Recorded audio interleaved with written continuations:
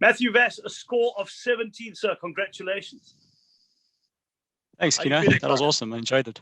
Yeah, feeling good. It's nice to win, but it was a bit stressful and nerve-wracking, but enjoyable. So the question you probably get asked year in and year out, because you do pretty well consistently, right? How do you actually prepare yourself for this sort of thing? You are phenomenal when it comes to your general knowledge.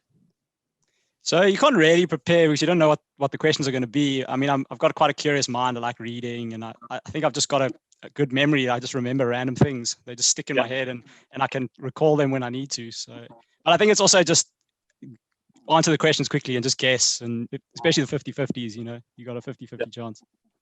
Tell us a little bit about the research that you do, because you do work, you work in research. You obviously do a lot of reading. That speaks for itself, but just tell us a little bit more about the work that you do.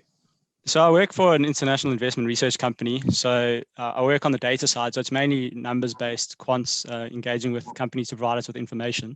So it does have a little bit of help with some of the questions, I guess, in the financial services side and economics, I guess. Yeah. And then in terms of reading, generally, you obviously listen to a lot of CapeTalk. You've been doing it for 15 years. Are there any things that you read, periodicals that you sort of subscribe to? You just read the newspaper? We can't trust a lot of those these days. Well, I used to read the newspaper. I can't say I read the newspapers too much anymore. I prefer nonfiction, so I think that sort of helps. I'm curious, and I like things like science and history. So I read up a lot on that, and I prefer that to nonfiction. Yeah, to fiction. Sorry. So do you have a lot of people in your circle that listens to CapeTalk, that listens to you? And if that's the case, when eventually you sit down or you're on a telephone conversation, does this ever come up? It does. So, a lot of friends and family have been asking me, and every year when the competition comes around, I always get bombarded with messages like, are you going to enter? Are you going to enter? And it's nice. I think it's an annual tradition now, and I really enjoy it. And it's nice to, some people recognize me now as well, which is quite funny. Now, 17,000K so far, Matt. What do you plan to do with the money? Well, I've got young kids, as you know, Kieno, so I think the money disappears faster than it arrives. But no, I think, obviously it's been a tough year. So maybe it'll be nice to spoil the wife and kids a bit this year. Well, Matthew, congratulations once again. You've got another round, which means more capital potentially. But I know for you, it's just about the enjoyment of playing it. Just don't tell the kids about the capital that might be flowing. They might be putting in wishes once they've blown the 70. Yeah, exactly. Awesome. Thanks, Kieno. I look forward to next week. Great, man. Look forward to you seeing that as well. Thank you very much. That is Matthew Vass. I'll win out the Dis-Chem Brain of CapeTalk this week. Matthew, you need to get at least 12 to stay in the game. Mario, start the clock. 3, 2, 1. Spell the word glamorous. Glamorous. Correct. True or false? The word kindle means douse a fire. False. Correct. Complete the saying. The grass is always what on the other Greener. side? Correct. Greener. Which human organ has an outer layer called the epidermis? Skin. Correct. Give the surname of the film star siblings Alec, Daniel and Stephen. Alden. Correct. Which province shares borders with Mozambique and Northwest?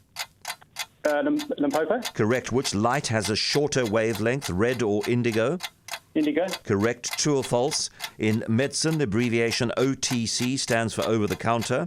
True. Correct. Which of these countries has an emperor, China or Japan? Japan. Correct. How many consonants are there in the word queen? 2. Correct. In what sport does Kalen Jordan represent South Africa? Netball. Soccer. Of which country is Santiago the capital? Chile. Correct. Which city is further south, Maputo or Polokwane? Maputo. Correct. True or false? The Italian expression a cappella means untrained. False. Correct. Which is a woodwind instrument, saxophone or timpani? A saxophone. Correct. Which fruit has a variety called Riesling, lemon or grape? Grape. Correct. Which country lies on the equator, Liberia or Gabon? Gabon. Correct. What is the name of Australia's official currency? Dollar. Correct. Which word means gripe, grin or grumble? And we're out of time. The answer is grumble. Wow. I'm sure you would have got that correct.